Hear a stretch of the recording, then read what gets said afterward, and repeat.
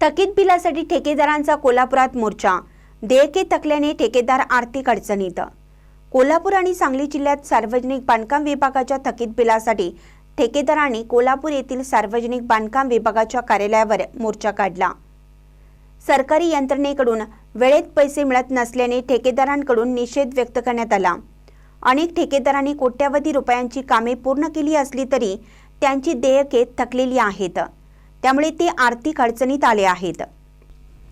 शासनाकडून वेळोवेळी फक्त आश्वासनांचे गाजर ठेकेदारांना दाखवण्यात आलं, त्यामुळे संतप्त ठेकेदारांनी प्रशासनाकडे त्वरित थकीत बिलांची मंजुरी आणि देयके अदा करण्याची मागणी केली आहे। जर 1 मार्चपर्यंत देयके मिळाले नाहीत तर कामबंद आंदोलन करण्याचा इशारा देण्यात आलाय। या मोर्चात कंत्राटदारांचे अध्यक्ष बाबा गुंजाटे, रमेश भोजकर, मिलिंद साखरपे व इतर ठेकेदार उपस्थित होते। महानकर न्यूजसाठी सचिन बिरोजे, कोल्हापूर। ताज्या बातम्यांसाठी महानकरेला सबस्क्राइब करा आणि बेल आयकॉनला क्लिक करा।